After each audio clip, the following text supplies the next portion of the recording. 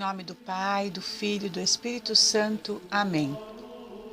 Doutrina católica, tradição e magistério. Meditação. Teologia da libertação. Veneno mortal infiltrado na Igreja de Cristo.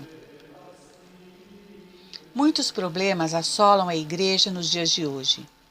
A apostasia quase que geral do clero e dos leigos, a destruição da missa de sempre, a tentativa de mudança dos dogmas e das leis de Deus, a chamada liberdade religiosa e a união com seitas heréticas, a falta de temor de Deus, a banalização dos sacramentos, a invasão das seitas protestantes e maçônicas, que chegam até a hierarquia da Igreja, e tantas outras coisas.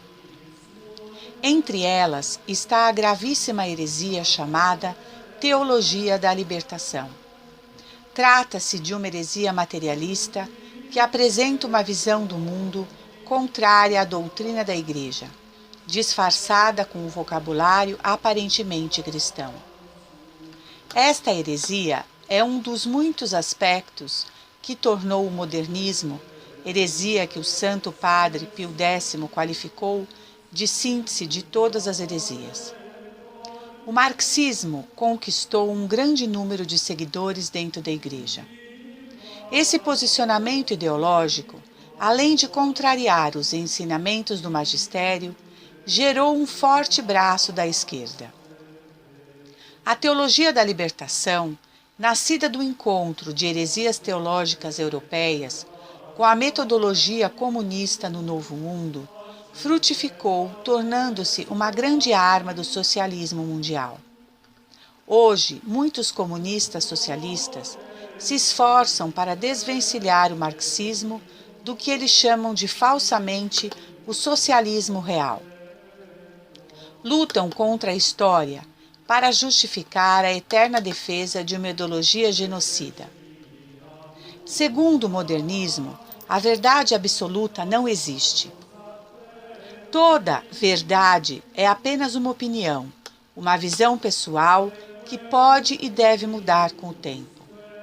Assim, para o modernista, a doutrina da Igreja, ensinada por nosso Senhor Jesus Cristo, pode e deve ser substituída por algo mais moderno. A Teologia da Libertação, TL, é o nome dado a esta vertente do modernismo. Este nome, na verdade, é enganoso. Teologia significa conhecimento, estudo de Deus. E esta heresia aplica-se apenas à organização social humana. Do mesmo modo, o termo libertação é por eles utilizado como significando algo diametralmente contrário à noção cristã de libertação. Os erros da TL são muitos, todos eles baseados em uma negação da ação sobrenatural de Deus. Sobrenatural é um termo teológico que significa acima da natureza humana. Sabemos porque a Igreja o ensina, que é pela ação sobrenatural de Deus, pela graça de Deus, que podemos evitar o pecado e alcançar a santidade. Sabemos porque a Igreja o ensina, que o nosso objetivo maior é sermos santos. Sabemos porque a Igreja o ensina, que no fim dos tempos, nosso Senhor Jesus Cristo voltará em glória para julgar os vivos e os mortos, e então, só então, haverá um paraíso na terra. Sabemos que existem duas eternidades, o céu e o inferno. A TL, porém, prega um conceito marxista inspirado pelo teórico do marxismo e do comunismo, Carlos Marx, segundo o qual haverá um paraíso já aqui na terra, quando os pobres retirarem dos ricos as riquezas e as distribuírem, criando assim uma sociedade sem classes. O mecanismo desta revolução seria a luta de classes. Os pobres, revoltando-se contra a sua pobreza, conquistariam o poder e assegurariam uma distribuição igualitária de todos os bens materiais. Do mesmo modo, eles veem em qualquer hierarquia um pecado contra a igualdade que eles creem existir entre os homens. Para a TL, a hierarquia eclesiástica é, na verdade, um roubo do poder que pertenceria ao povo, feito pelos bispos e padres. Para a TL, a doutrina da Igreja não interessa, assim como não interessa o céu. Interessa, sim, a organização de movimentos populares para lutar por reivindicações puramente materiais. Para a TL, a alma não importa. A oração é vista apenas como uma preparação para a ação política e o pecado pessoal não existe. Não há problema em roubar, mentir, cometer adultério, matar até. O único pecado seria o pecado social, ou seja, ter bens materiais em quantidade maior que outras pessoas. Para a TL, qualquer pessoa que lute contra a opressão, ou seja, que participe da subversão comunista, é um modelo a ser seguido, ao passo que, por exemplo, um santo que tenha se dedicado apenas à oração é um exemplo do que deve ser evitado. Assim, Che Guevara, Fidel Castro e outros assassinos comunistas são considerados por eles como modelos a seguir, enquanto Santa Teresinha do Menino Jesus, Santo Agostinho, São Francisco de Assis são para eles um exemplo de vida inútil. Para a TL, a graça de Deus é apenas uma expressão e os sacramentos são apenas símbolos. A Eucaristia é somente o símbolo da partilha do pão material. O batismo é símbolo de compromisso com a causa da Revolução Comunista. O socialismo-comunismo clássico, de tipo ateu, não conseguiu prosperar no Brasil, nem mesmo na época em que ele pontificava, do alto de sua cátedra de fumaça de mentira, na União Soviética. E o grande obstáculo que encontravam tais partidos para seu crescimento situava-se exatamente na alma católica do povo brasileiro, fiel à Santa Igreja, aos seus mandamentos, à sua visão do universo. Fiel ainda aos documentos emanados da Santa Sé, que infalivelmente condenavam o comunismo e o socialismo como opostos aos ensinamentos de nosso Senhor Jesus Cristo. Não podemos derrubar a cidadela, os inimigos da Igreja Católica e de Cristo optaram por infiltrar-se nela. Através de um trabalho cuidadoso e sistemático nos seminários, nas associações religiosas, nas paróquias, nas escolas e faculdades católicas, enfim, nos meios católicos mais influentes, conseguiriam arrastar, pensavam eles, toda a nação. Pois é sabido que o peixe apodrece pela cabeça. Esse processo de infiltração socialista-comunista que se fez na Igreja deu origem à chamada esquerda católica e correspondeu aos mais altos interesses da subversão. Especialmente a partir de 1968, foi que começaram a soprar os ventos da teologia da libertação. Na hierarquia eclesiástica, como nos seminários e noviciados, esses ventos sopraram cada vez mais a tal ponto que poucas têm sido as vozes eclesiásticas a se erguerem contra a penetração crescente da esquerda comunista no seio da Igreja. Competia à pastoral da terra educar o filho que pusera no mundo para que absorvesse bem os princípios marxistas e nada lhe faltasse para a missão demolidora que lhe estava reservada. Ou seja, é o apoio da religião transcendente às chamadas lutas populares de caráter marxista-comunista. Outro braço nefasto infiltrado na Igreja Católica é a pastoral da juventude, vertente fortíssima do comunista infectando a Igreja como uma doença, um vírus que quer infectar o corpo de Cristo. Dizem estes hereges, entre outras coisas, que somos filhos e filhas da revolução, do amor e da comunhão evangélica das comunidades eclesiais de base e da teologia da libertação. Fonte: trecho do Manifesto da Pastoral da Juventude Nacional contra o golpe parlamentar no Brasil. Então vem a pergunta: como é que uma pastoral da Igreja pode se declarar assim, abertamente, a favor de uma gravíssima heresia? Não é o fato de existir o problema que nos injuria. Tais infidelidades são esperadas no caminhar da Igreja e todos nós fomos, muitas vezes, profeticamente advertidos de que seria assim. O inadmissível é que se difundam heresias aberta e oficialmente com o título de pastoral da Igreja Católica, inclusive como emblema da Conferência Episcopal. Convém lembrar a finalidade a ser atingida pelo comunismo. A construção do reino de Deus se dá na luta comunitária por libertação econômica, política, ideológica e religiosa dos oprimidos. Através da militância pastoral profética do próprio povo oprimido, a ação pastoral busca contribuir através da construção do poder popular e de relações autogestionárias. Convém lembrar que em todos estes tempos, a Igreja nunca pregou o conceito de luta como método para fazer justiça social.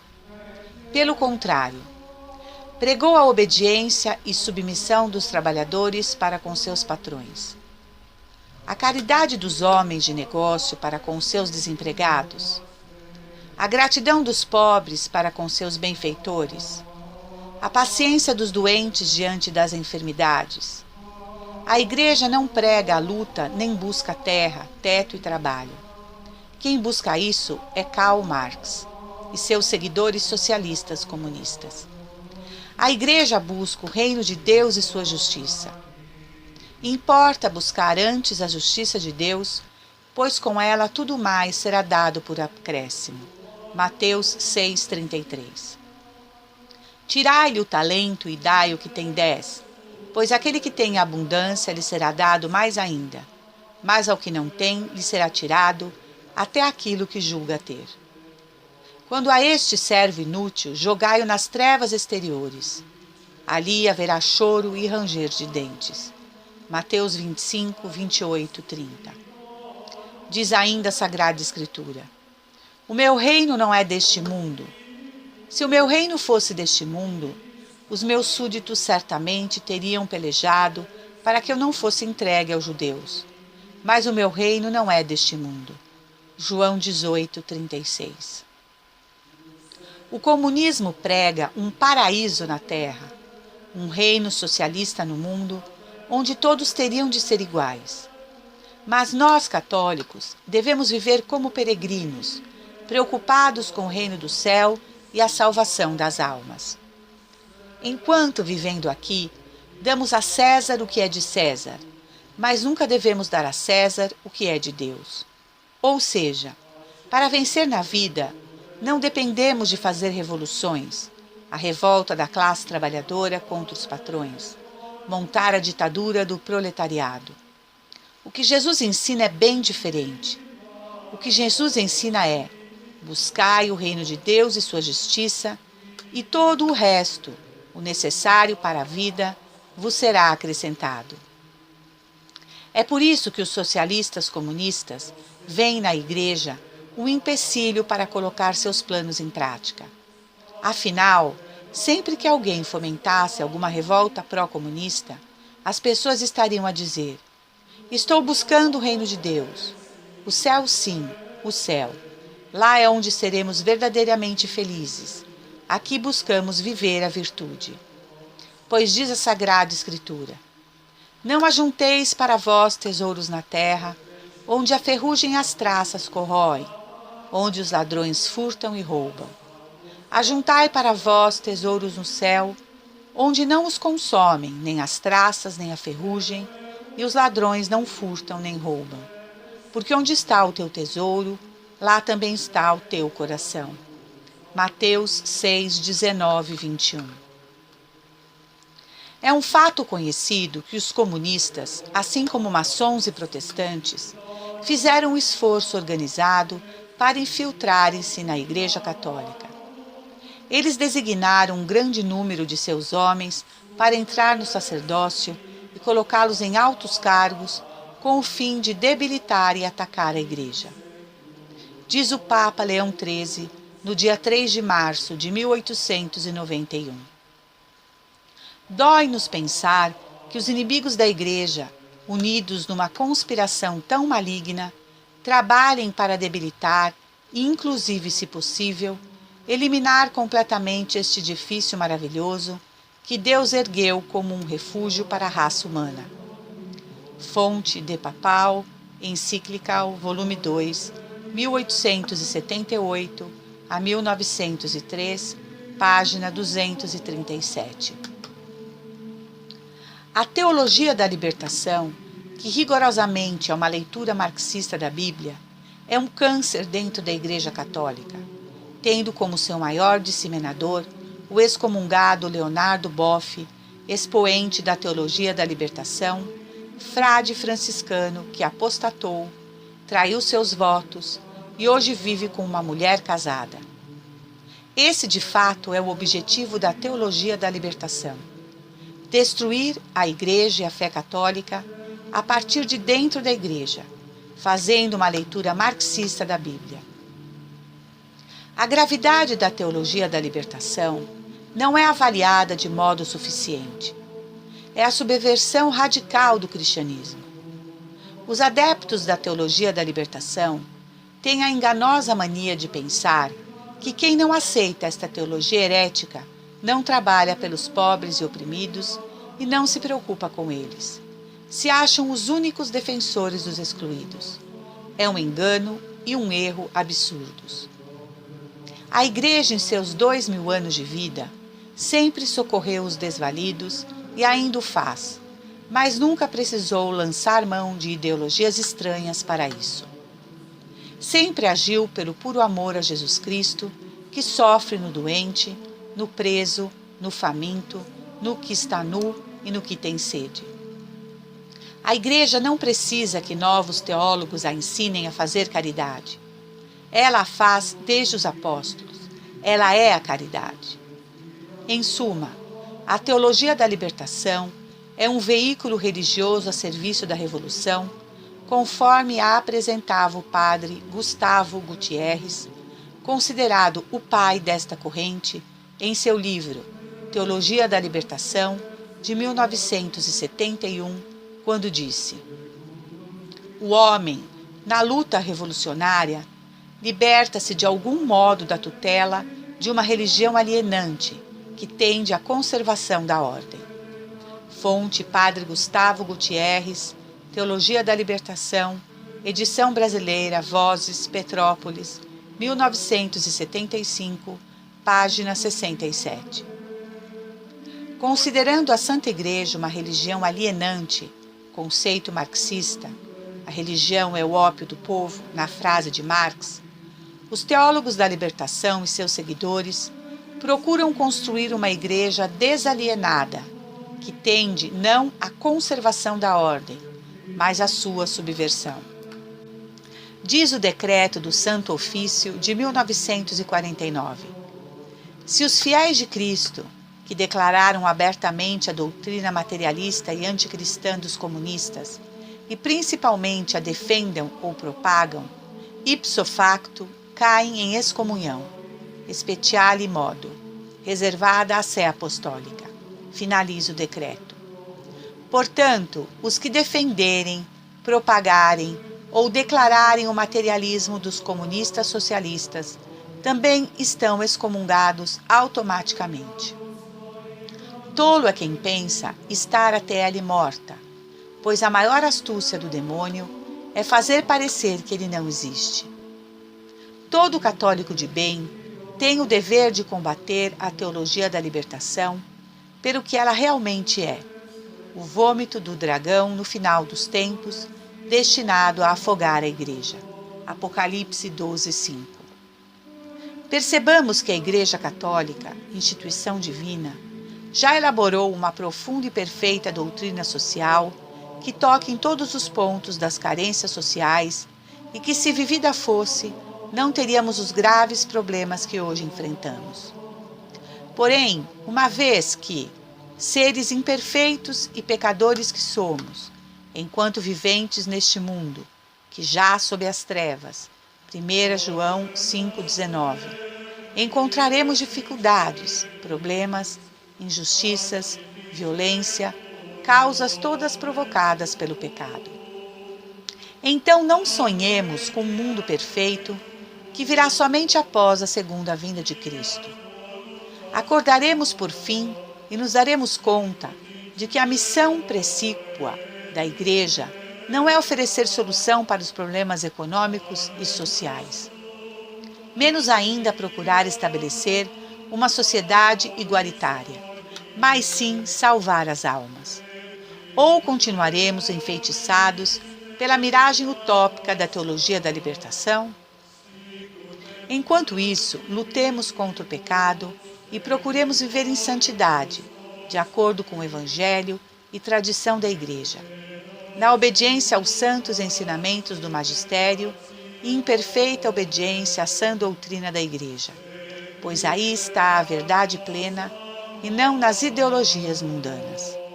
Fujamos então, nós católicos, desta seita que é esta maldita teologia comunista, que tem os narizes embicados para a terra. E porque olham apenas para a terra, afundam nela, e nela afundam a Igreja.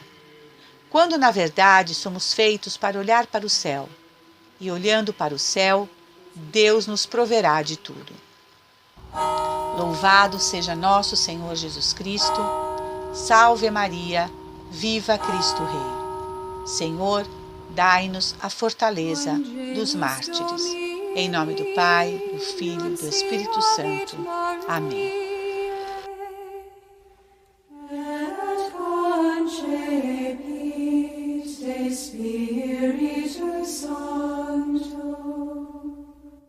Ave Maria, gratia plena Dominus tecum, benedicta tu in mulieribus, et benedictus fructus ventris tui, Iesus. Sancta Maria, Mater Dei, ora pro nobis peccatoribus,